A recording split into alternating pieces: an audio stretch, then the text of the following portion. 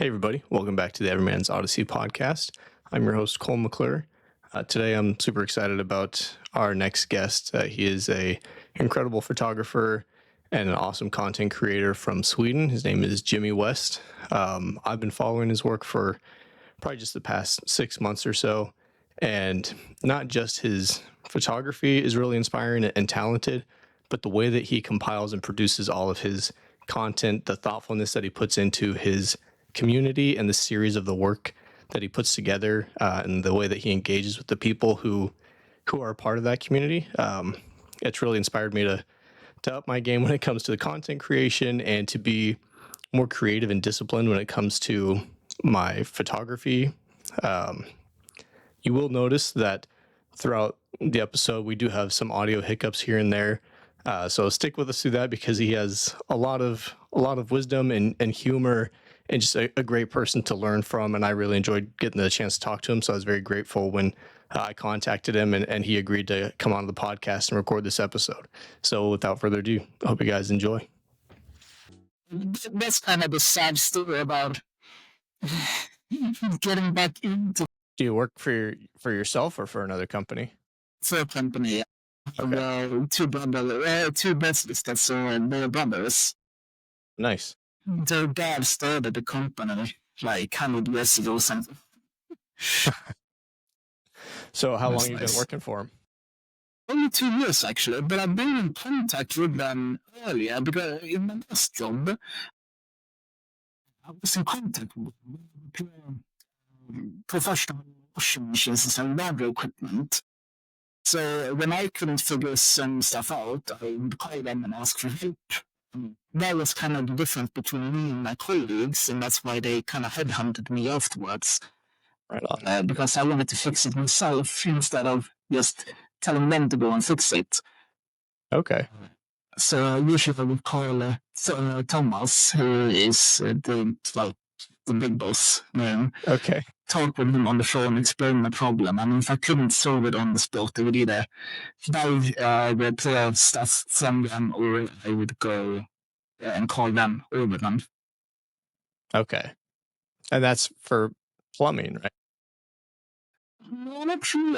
Actually, it's a part of it, but it's troubleshooting, repair, installments, and stuff like that, and professional laundry equipment. So, Oh, okay. tumblers, washing machines, drying cabinets, you name it, and we probably do it. So, Okay. Well, I have a ton of questions, but before I get into that, I mean, you and I suppose, don't even really know each other. We've just communicated back and forth a little bit after I found your YouTube channel. So yeah, take a couple of minutes. Like, I think you mentioned it in one of your videos, but you're like your fiance's name, how you guys met, like a little bit more about yourself and just get a little bit of background. yeah, absolutely. My name is Jimmy. Well, I can talk into the camera. My name is Jimmy. I'm 33 years old. I'm from Sweden. Fiance's name is Malin. I met actually, this is back in like 2012, 11, 12 or something. She was actually together with a guy that I used to game with. I think we were best friends. And the first we forward a couple of years, I was together with another girl.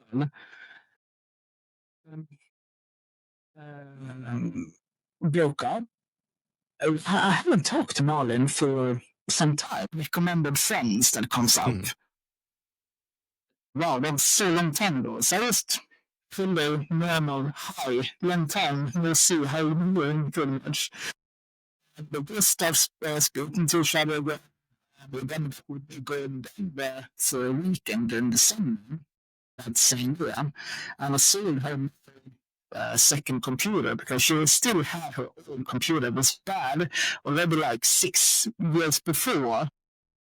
So I sold her my computer. Then after, so I just kept going there every weekend, and I stayed there for 2 weeks during my vacation. And during that vacation, we kind of got together in a relationship. She kind of brought me. I'm from kind of mid Sweden, Gävle is my hometown, and she lives down in southern Sweden. So, I mean, she had all of her family here already. So we had from this at that point. Mm. So I was like, doesn't really matter if I move. Right. So I looked for a job down here, about moved down here, and yeah, that's the way. That's the answer to that question. Yeah. So how long have you guys been engaged? So we've been engaged for 4 years now, and together Okay. for 6 years, almost. Okay, 6 years. And so how did you, because you are both into photography, right? Well, mainly me. She does Okay. kind of on shoot, like sometimes you get the like, yeah, do you want to go out and photograph? Yeah, sure, let's go. So she's Okay. a little bit more like that. She Okay. definitely likes it. Yeah. How did you get into it? So back in 2014, you know, DSLRs were like still peaking at that point. And I just remember, I just said in Sweden, system can. That's a really like big translation from Swedish to English, but you knew like, oh, that's high megapixels, that's good, nice. So I bought a camera just because like it was a serious camera. Mm. And it was the Nikon do 3200, I think it was. And I just kept the room with image all the time and photographed photos.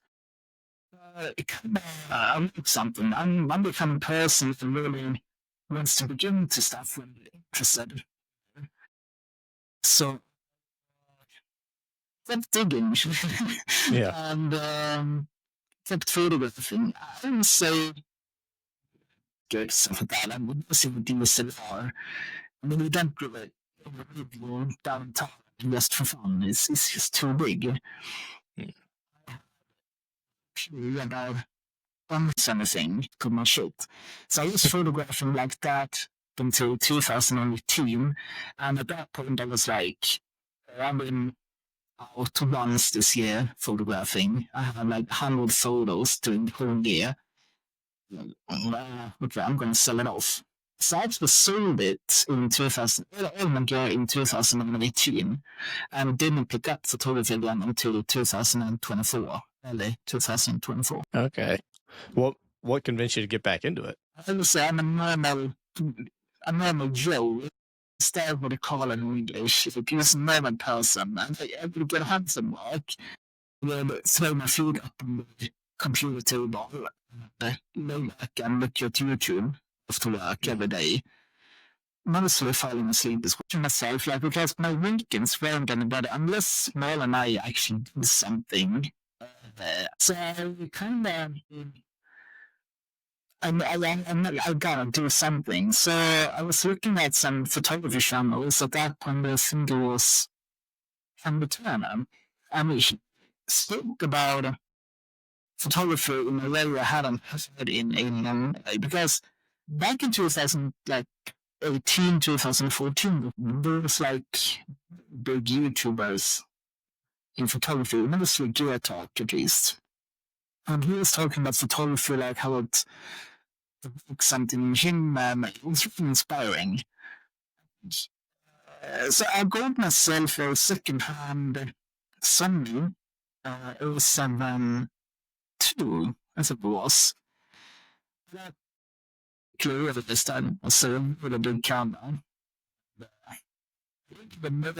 mirrorless, I didn't think about mirrorless at that point in fall. I thought it was just a normal camera. So it was a little bit surprising when that's kind of the sad story about getting back into photography. It's literally just getting home, having no life. So Yeah. that brought me into photography again. So my weekends got saved. So that's good. But now it was still well subject. That's kind of last time YouTube as well. So I could record. So I kind of looked into this now. So I got the weekends to record and then the weekdays I can edit and stuff like that. So Okay. that keeps me busy. So that's Yeah. nice. Actually doing something. So did you like see a gap in YouTube content that you wanted to fill, or just kind of thinking, well, I need to do something with my time and with the photography? Because for me, like starting YouTube was terrifying, and then I still like cringe at the thought of like trying to make something. But then I watched like your channel, and I think you've even said in one of your videos that you're like not a storyteller. But then I go through your videos, and I don't know if you're writing a script or it's off the cuff, but like the way that you communicate about photography and about life and about like your intentions and things is very, very poetic. And so it just seems like such a natural thing for you to be doing, but it's not even your day job. And so I wonder like how you get into that. And I feel like you do very well at your content. But Thank you so much for scripts. Some of my videos I really like. That's like an older one where I was talking about the 12 to 45 F4 Pro on system. That is one of my favorite videos because I had the bullet points. But I just read the bullet points. That's kind of my favorite way of doing it, but I express myself through the videos. Since I'm not English is not my native language, and the grammar is not like the best all the time. So usually I have scripts, and I read it out, and I have ChatGPT to actually help me there you with go. grammatically Yeah. get it right and get a proper flow into a script. But just comments like, this is my favorite YouTube channel, and it's about my channel. Because I'm just recording videos because it's like, Man. I just try to like communicate what I've seen in photography and it at the same time. I kind of learn the best by talking while doing it. It's something like listening to yourself talking loud instead of having it in your head. That really helps me to understand photography better as well. I have so many times when I'm talking about something on a video and something just clicks in my head. You can't see that on YouTube video because I usually click that away, but usually I just be quiet and then you can see my eyes when I'm editing, but going back and forth because then I realize something like, oh, that's how it works. But like, I think as a from the can and knowing like what to do and stuff. I think it helps that I don't care really what happens because of course, I make the videos for my audience and I love Mhm. my audience. I have such a community and we're part of my community. We spend some words back and forth and doing emails and stuff like that. But I would say a handful of people that I speak to. This is and that's people around the world. With YouTube, I've spoken to these people in general. Right. That's, as I said, it's surreal. It's a surreal feeling, really. So, Yeah. It's such a crazy thing to think about that. Like it's a hobby, like, cause it when I watch your videos, I think like this is like your day job, this is your profession, like because it's so well done and you're engaged in your community and you stay on top of everything. And I genuinely like I don't know how you do it because when I was going through training and going to school, like I didn't touch the podcast for almost a year. And meanwhile, like you're still going to work every day. And then on on spare time, like you're putting out this incredible content. So like, and yeah, it's amazing that a hobby that you have because of a passion that you have has led you this opportunity to like talk to people from all around the world that you would never meet. And that is such a beautiful thing. And sometimes I get frustrated with the internet and society in general. It's just like, man, being connected to so many people maybe isn't such a great thing. But then stuff like this happens and like you do get to find like genuine, authentic people who are pursuing their passions just because it's their passion and leading that to connect with other people. That's I don't know. That's probably the one upside of the I've I've really loved, and I don't know. It's really encouraging to see what you do, and the Thank fact you. that you are valuing your community and connecting the way that you are on top of all the content that you're making is pretty impressive. Oh, It feels so weird when I'm writing my native replies because I say to everyone that I really appreciate your comment. That it's actually me sitting there writing it because I read every comment. Maybe it takes me a week to get through all the comments, depending on how big the video actually gets. But I actually read and reply myself to every single comment, and I really listen with heart because I care about what people and what they say. So yeah, I don't know, like it's as I've said it a few times in my videos that if you would meet me in real life, if you will stumble upon me in real life, you will see that I'm the same person in real life as I am on YouTube. yeah. Maybe a little bit more talkative because I talk a lot when I start talking. So that's why I kind of write my scripts so I can keep myself on track in the video because otherwise I would just run there and start talking about different stuff and then jump back to what I was originally talking about and then I was run there. Right. Yeah. Oh man. So This was definitely fun talking to everyone. yeah. Regulars just to be honest. I have a lot of regulars that comes in.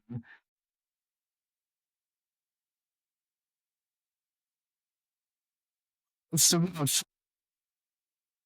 I can't really put people that actually they literally wait for the videos to watch it and take that time. It's insane. In a good way, of course, but it's Right. insane. Started YouTube like when a little bit over 1.5 years ago. So yeah, this community. I mean, it's everyone says this, but it's not all about you. It's a bit of community. And I see big analysts report one, two comments or something, and that's it. I think that will happen too. Like, this one video on Chicago week, and I think when I saw him kill you or something like that, that's Nice. my.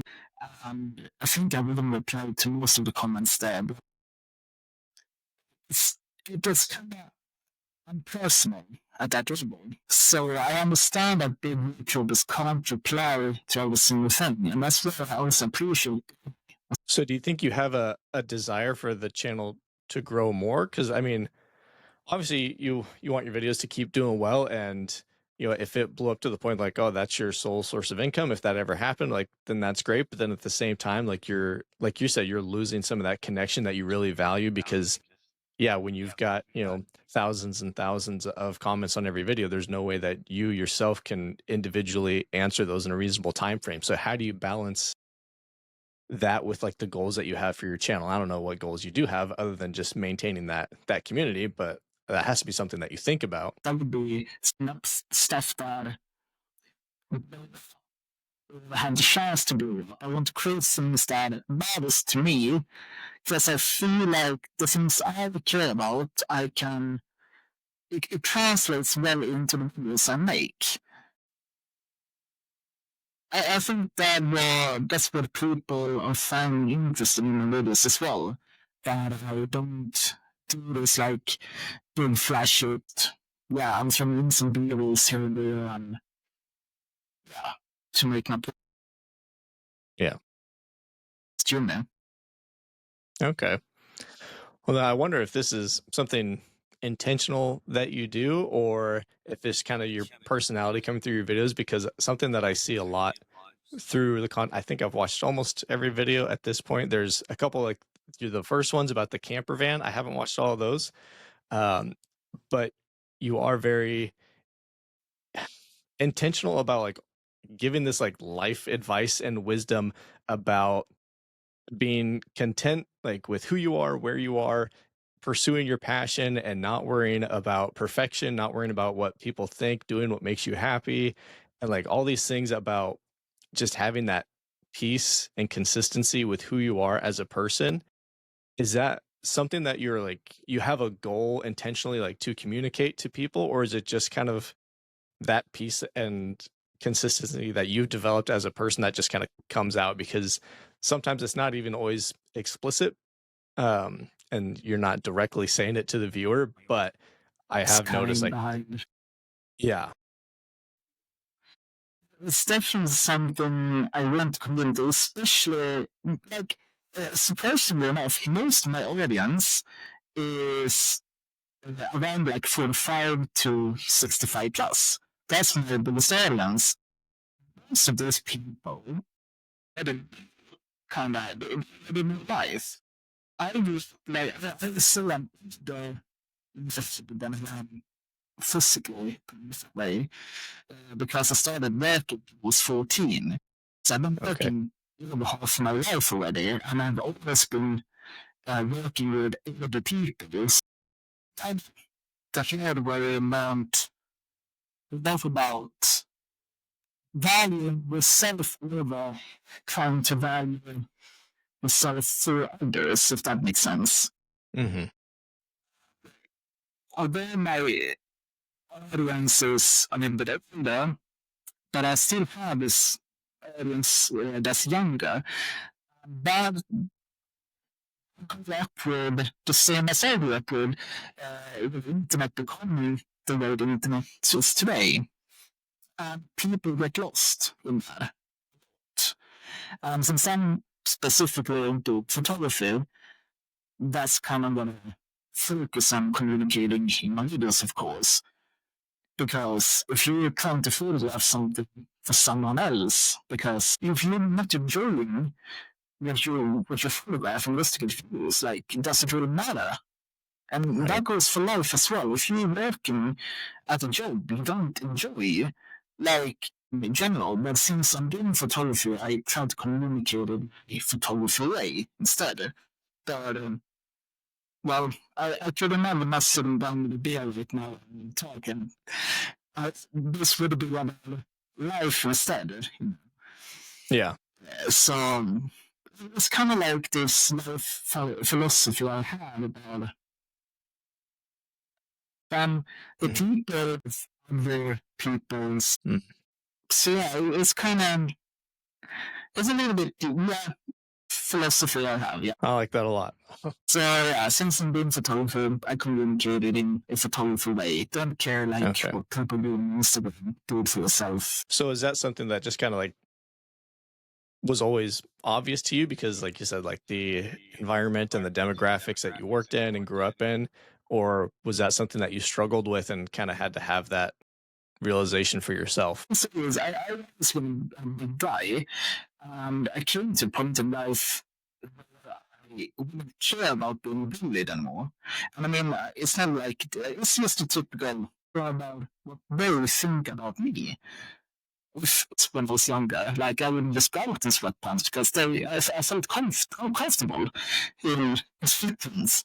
So I would do that. But people, because they have this, let's take in high school, for example, they go in like those branded jeans and Lacoste shirts, and it's supposed to be stylish. And I was like, okay, do you do any better in school because you wear this? So a little bit. I do a little bit right. That was point where like a turning point for me was yeah, I don't care anymore. I will do the stuff I enjoy because for myself. So yeah. Well, that's good because I mean I got bullied in high school a little bit for different things, and I did not have that reaction. It just tormented me. Like I guess internally, like oh, I don't really care because I would get teased or bullied because of my beliefs. Um, and I would react in a way I was like, oh, I don't really care. Like obviously, I'm not going to stop being who I am because of it. But man, in high school, I was such a people pleaser. All I wanted to do was like get people's approval, and I don't even really know where that came from, other than like I wanted to help That's people, and life, I then oh, guess. they did. Yeah. Oh, I mean, it took me a long time to not care, and I still care. Like I want people to not think I'm a dork or a nerd because I'm so into nerdy things and like, well, it is who I am and I'm okay with that. But it's still like, even like doing the podcast and people at work would ask me, it's like, hey, I heard that you have a podcast, and I was embarrassed to say yes because it's like, oh gosh, please don't go watch it because it's very vulnerable and it's kind of weird. And so I still have that like instinct of not wanting to be vulnerable with people about things that I like. Yeah, I kind of think that's because it's your this is like real life, and at work you're Right. my colleagues they never do YouTube, and I don't think they've ever watched my content. There was never ask about it or something.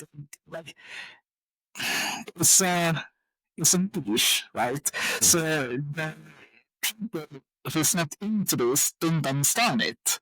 Maybe people listen to pods, but maybe specifically the things you do. And if they see you live and doing the stuff you enjoy, I understand the rainbow part of that, really do. And that's what I feel about YouTube as well. I have some friends that like would do YouTube channel. What's your channel name? And that Andreas is photographer. Yeah. Right. Like you just take photos for this person trying to explain Right. something. It's just cringy. Like I completely Right. understand. Well, that makes me feel better. It's kind of like they are not your clear. It's not your clear evidence anyway because they don't look at Yeah. them anyway. Right. First, Yeah, people that's true. ask It's it. it. Yeah. Well, I feel bad because I know like I had sent you a list of like some of the questions that we were going to go over during this time, and I don't think we've really touched on any of them. I mean, but we kind of have at the same time, just like not in that same way. Oh, we've covered a lot of like habits that you have and advice that you would give to people, because it's literally like the way that you live your life and the way that you are doing your YouTube channel. It just kind of comes out. Um, so, I mean, one thing that I do want to get some clarification on, though, is like one of the questions that we had at first was like any habits that you're struggling to stop or start that you feel like are important to, when you look at your life and the future version of yourself, like who you aspire to be, what what are some habits that you want to make sure that you have or get rid of, like, and something that I thought about, when I was thinking about that question for you is like that series of the photography where you're focusing on the spaces between and beauty in the ordinary. um, and for me, just going through that part of your social media and your YouTube channel has actually helped me like be more intentional, and not just through photography but through my life, and being grateful for quote unquote ordinary things and the things that I'm just used to. So that's actually a habit that I've developed like through watching your content that's helped me, but it made me wonder like, okay, well, what other habits are you working on for yourself that you feel like are important to you? It's really that question. I also understand because I didn't know what to answer, and still really don't know what to answer because it's a deep question, right? I've always been a perfectionist for myself. Just try to be the best that I can. You then my skill level is better than I actually am, which is it's a plus and a minus because I always strive to become better and I always ahead. And at the same time, I always think that I'm not good enough. It doesn't matter if I start at 0, I want to be a 10. And when I shouldn't have done that, but I'm always looking, okay, I need to be 20. And when I'm at 20, I'm still looking like I should be happy that I got to this point, but I'm still looking at 30. And it's been like this for everything I do. Like at my job, it's actually really technical. I mean, of course, pretty much everyone can change a spare part. It's like why that thing is broken and how it got broken and how it affects all other parts. That's the hard part. Yeah. How to troubleshoot them. Well, I was a multimeter for a lot of things in work, for example, and I never knowing at all how it works, and that's good at hand it. Yeah, solve it. I've put to a point that I think I will get to. And I'm still not happy because I want to be as good as my other colleagues, for example, because they've been like the guy who's been doing the least amount of years than I have has been here for 30 years now. The other, yeah, and the other guy who's been there for 20, no, sorry, 20 years. And then they're stoners, and they've been with like the whole life, pretty much. And they are both soon to be 60. And so I think, to answer your question, I wish could accept my where I'm at this current point. And if just handle it in a better way, I will be happy for my small successes instead of looking, okay, now I need to be even good at this, and now I need to be better at this, and now I need to be better at this. And will be happy for those small wins. Currently, I'm not at all. I'm just looking ahead all the time, trying to be better, looking for ways to be better.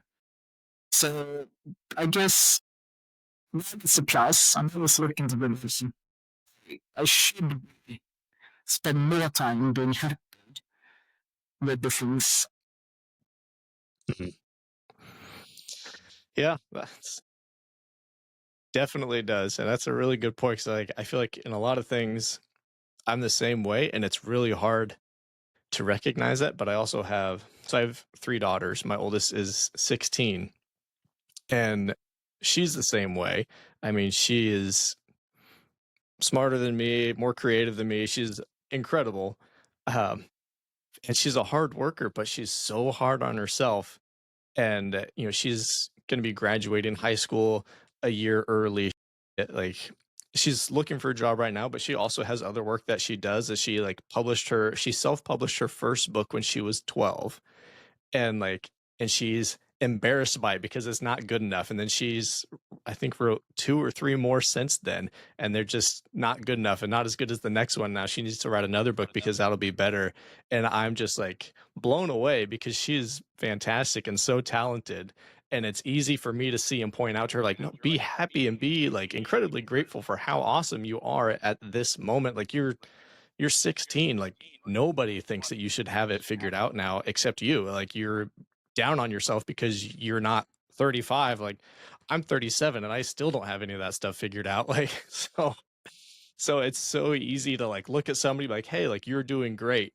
But then to look at your own life, like, man, I messed this up. I should be here. I want to be as good as this person at this. Like, and so, yeah, that is a really hard thing to develop, but Absolutely. it's And something to work towards. exactly. And it's so easy to see those faults in other people, and especially if they're doing good as well. Yep. But if you know deep down if you're exactly the same way, and you should be convincing yourself as well, and you're not. If you, I'm still trying to figure stuff out as well. It's amazing seeing the engagement of other people. As I say, it's so hard seeing it in yourself, trying to, what you say, that's incredible. 4 books, that's incredible.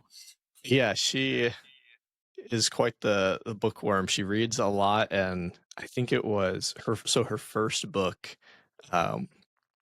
was almost like I think it was like a Harry Potter fan fiction novel. She was 12 years old, but the thing was like 300 pages. I think we got it printed physically because it sold as like an ebook, but we like printed it, and I've got a copy on my bookshelf. And she just, I don't know, it's very impressive because like I've always wanted to be a writer and I've started a couple books and I'll get like, 60, 70 pages in and I just like forget what I'm doing. And she will literally write 30, 40 pages a day and then be mad at herself for not writing more. Yeah. Oh, It's insane. I'm talking about that bookworms. I don't know if you can see over there. yeah. That's my fiance's old books, and she has two other bookshelves over on that side, and I consider those two here as well. Is as well. I think she read like 130 something books last year. Oh my gosh. It was prose, really. And I Yeah. haven't read it. I haven't read it. I'm so embarrassed by this, but I don't think I've read an action book since I was a kid. Yeah. I mean, like in college and then in the academy that I just went through, like there's like mandatory reading, but reading a book for fun, like that's, I don't read a whole lot, honestly. Like, so that sounds bad. I read the Bible. I don't do it for fun. I do it because like I should and I enjoy it and I get a lot out of it and I like it. But I think, so I don't know if you're familiar with like Marcus Aurelius's Meditations. So it's just like a collection of, so he was an emperor in like 100 AD, I think. And after he died, they found his diary and they had just a collections of writings that he wrote to himself.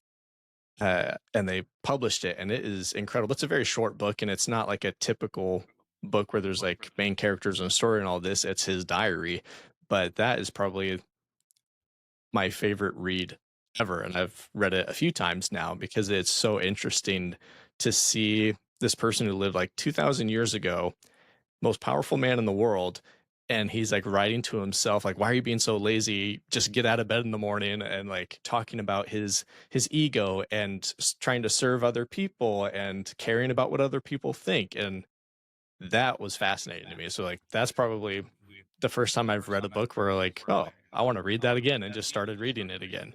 But maybe that's kind of cheating because it's not a typical like actually story driven book.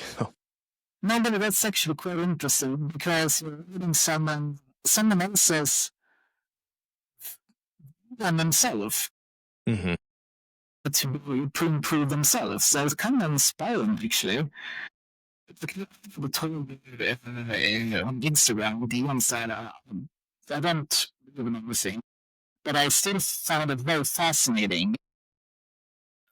I don't, when I'm not comfortable enough to, I don't know enough to be comfortable to, that can be applied to many things. If you watch a YouTube video and they talk about their experiences and how they have overcome it, that's an inspiring YouTube video. That kind of gives you the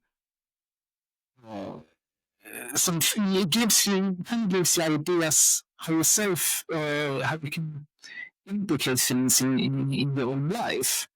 And you see it's kind of like that's nerves of life because often we move through the same thing but in different type of ways. Right. So if he's talking about subject A, yes, subject B, but it's still applicable, is that word, to your view of whatever that thing could be. Yeah, and that's one of the things I loved about it is it kind of like took the excuses away from me because like, oh well, people back then they couldn't understand this, or they didn't have to struggle with this technology, they didn't have these temptations or obligations, and then you read this guy who's literally the emperor of the Roman Empire, could do whatever he wants, and is having like the self-awareness to at least struggle with those things and recognize like right and wrong, and dealing with those temptations and accepting suffering with grace and doing the right thing, and just to make sure that your community is doing better. Like, okay, well, if these are the things that he's struggling with and coming out on top, that like I I have no excuse to play the victim or feel bad for myself for like not doing better. It is on me. Like if I want to be a better person, nobody's gonna do that for me except me. And so yeah, the meditations book is very, I don't know, it was very helpful for me.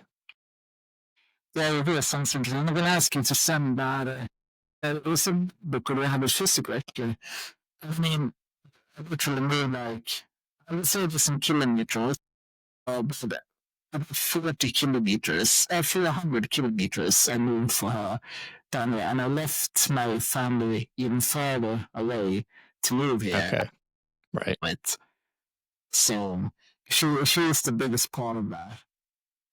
She gave me a life I had it was from my last relationship. And it was just so many simple things. Like when we got together, I was gaming a little bit, and I would ask for permission.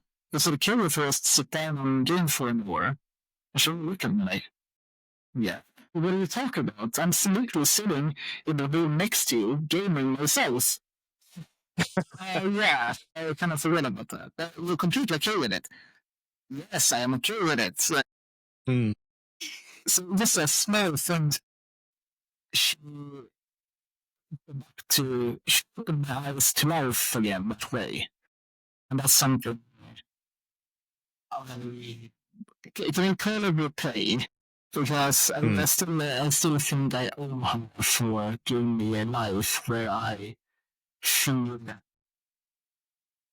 Yeah. That's great. I mean, that's how I feel about my wife. And in fact, like the first thought that came to mind when you were talking about that struggle that you have with always wanting to be better, like, oh, I'm not good enough because like, oh, I finally made it to this milestone, but now this is one in front of me. That's where I should be. Do you feel like that bleeds over into your relationship? 'Cause sometimes I'm just super selfish and I don't see anything like that. And it doesn't, I'm just thinking about like where I'm at. But then sometimes I'm thinking like, man, I wish I was a better husband, a better father, a better friend, like, and thinking about where I was as a person, 10 years ago, I've made huge improvements. And I'm like where I wanted to be 10 years ago, like, oh, I wish I was more like this person. Well, now I've become a lot more like that person, but I'm just still seeing all the like, man, I wish I had played with my kid more. Like, oh, I wish I was more patient, or I wish I understood like my wife's needs more, or like always looking ahead to where I should be. And that, like you said, it's a good thing to strive to be better, but when it's robbing you of enjoying where you're at, do you feel like that's same struggle in your relationships? Absolutely. Like, there's so many times where I think I'm unfair and I don't give Malin enough time. At the same time, I take this for granted because I know she's fine because she likes the game. She likes to edit her photos and she's reading books and she's doing this and that, and she's completely fine by herself. And I come to some a few times where I take that for granted because I should appreciate us doing it together. Photography together is today. I don't care about me. I've made a few videos which in the background, but that's not the main point. Like, I try to get the video down late because I see this as a date. We should go out to eat. We just walk around and see something. We take a photo and continue working, we talking, and spending that time. Neither of us is really extroverts. We're more introverts together, and we like to be in our own bubble. But I think I should be try to make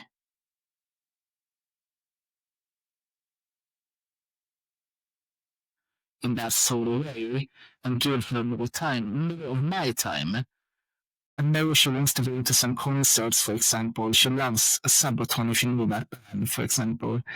Okay. I know she wants to go or like go on a concert. I should Yeah. take that from me and just sometimes just forget what it doesn't matter if I doesn't like concerts. Of course, I should give her that time. Those Yeah, I I think hear you. sometimes when I I'm think actually was a the same way. My struggle. my wife loves concerts, and she's actually gone to a few this summer, and I hate them, and I didn't go. I think it's something you always work on. And I Mhm. think we work on these things more than we actually think about. It's just a random hug sometimes Mm. that you just, well, you know that hug, like you just come up from behind or something. With love, you just hug someone. It's not just a hug, it's a love hug. Does that make sense? Yeah, The small things, it's nothing super confusing. It was a call. Intrusive thoughts. So it's basically let's do them because we want to do them. You come with me. No, I don't. I don't want to hug you. I want to kiss you. So yeah. The little things. the little Oh things, man, yeah. that's funny. Man, I've had a lot of fun. I really appreciate you doing this. I know it was kind of weird, and I had been thinking about it for like probably a couple weeks before I actually reached out to you on Instagram, just because like I said, like I've watched just about all your videos now, and the consistent theme that I see through them and seeing your personality is like I love the way that you speak about what you're doing and the way that you feel about life, and like that's the type of person that I want to be able to have a conversation with. And like we said, like through the magic of the internet, like that's actually possible now. And I'm very grateful to actually get to like, cyber face to face with you. So thank you for taking the time to do this. I really appreciate it. This has been so much fun. I've imagined 1.5 years ago that someone requested that pretty much like write and say, yeah, or he like would ever think about that would happen, Yeah. It's incredible. Without YouTube and without this is a little bit deep, so in that sort of way, but Mhm. maybe it's not like an instant ride that happens. Yeah, and it kind of brings you to a point where things kind of connect with each other. And I think that's been wonderful because I know I always have very few friends, but real friends. Like my longest relationship with a friend right now is 20, over 26 years. Yeah. And we're still friends. We still talk pretty much every day. Oh wow. So I have I have to learn to because talk about the same people in the mirror. You usually end up in a circle, like you talk about the same things in the mirror. But Right. as soon as you get someone says something, you have another thing to talk about. They kind of lose you. And I don't want to lose that because it's literally leaving me to things I can do. Right. Yeah. Yeah.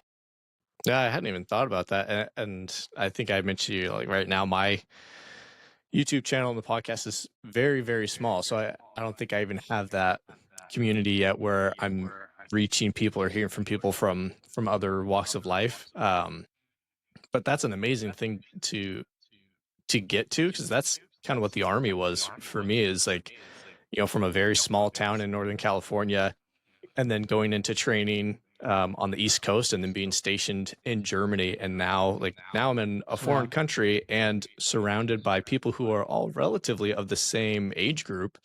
But I mean, it sounds like a joke, but like we would sit and have conversations just like, so I'm a Christian, and guys that I work with, there'd be someone who's Mormon and Buddhist and Jewish and agnostic, atheist, and like we would all just have these conversations together, having completely different views on life. But well, we're all soldiers now. We all have the same mission. So when it came down to it, like in a way, we all love each other, even though we barely know each other, because of like the commitment that we have to each other. So we would get to have these conversations and learn from each other with an open mind. And that's one of the hardest things, to like have that in the military and then get out and it just kind of goes away and you're back to your hometown where everybody is just as you remember them and everybody's the same kind of. And so like the thought of being able to find that community again through YouTube and social media is really encouraging, because that is a beautiful thing to have in it, and it just kind of like it escalates the rate at which like you can learn and grow as a person and help other people in the same ways, because you're exposing your thoughts to the thoughts of other people, and getting to have that, like, I don't know, that back and forth and checks and balance, and like you said, not live in an echo chamber. So that's really cool that you actually have that through your YouTube community. Yeah. Yes, yeah, definitely. And it's kind of like not to meet these like probably ever. Maybe one or two people. Like this is the first time I've spoken to one of my audience. Mm-hmm. I think you watched a video when I was collaborating with the Greg Distant Media. That's the first time I ever spoke to a YouTuber. And we're actually becoming really good friends now. And that's also really cool because, okay, he lives in England, so that's actually quite possible to go. But just imagine, like, yeah, I mean, of course, I can fly to America, I can fly to the US, and maybe I will meet one of you, but I can meet you there. And it would also be such a cool thing. And as I said, life was really to rumor was me. Was an important person, but it's, I talk a lot now here. That's a really cool thing, really. Yeah. Well, again, thank you so much. I appreciate it. I'll probably, if you're okay with it, get some clips and photos of the work that you've done, and put them here on the video so people can see it. And I'll put links to like, your YouTube channel and social media, because like I said, it's improved my life, not just as a very new photographer, but as someone who's like always wanting to better themselves. And like you said, the peace of mind that you bring to your videos, and so that's helped me, and so hopefully it helps other people too. Well, that's really cool. I was just saying that is, that's so cool being here. Thank you so much for having me. We actually have one question, a quote, which you wrote in Instagram. Was had a quote that changed how I think about things or something like that. I thought about that. I thought about this because, as I said, I don't read books. And usually, quotes come from books. So, I actually thought about something. I don't know if I came up with it or if I should it somewhere, but doing what you can, well, really, if we're talking about photography, yeah, it's a camera. Do what you can with that camera. If you can't afford another camera, that camera is photography. This was one of the things I actually wanted to say, because that's something I actually do what you can with the resources you have.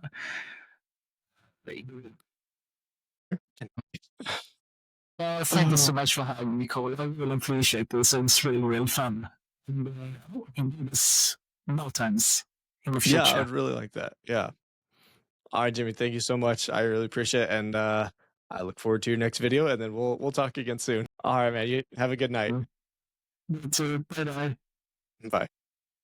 Bye. All right, guys. Thanks for tuning in.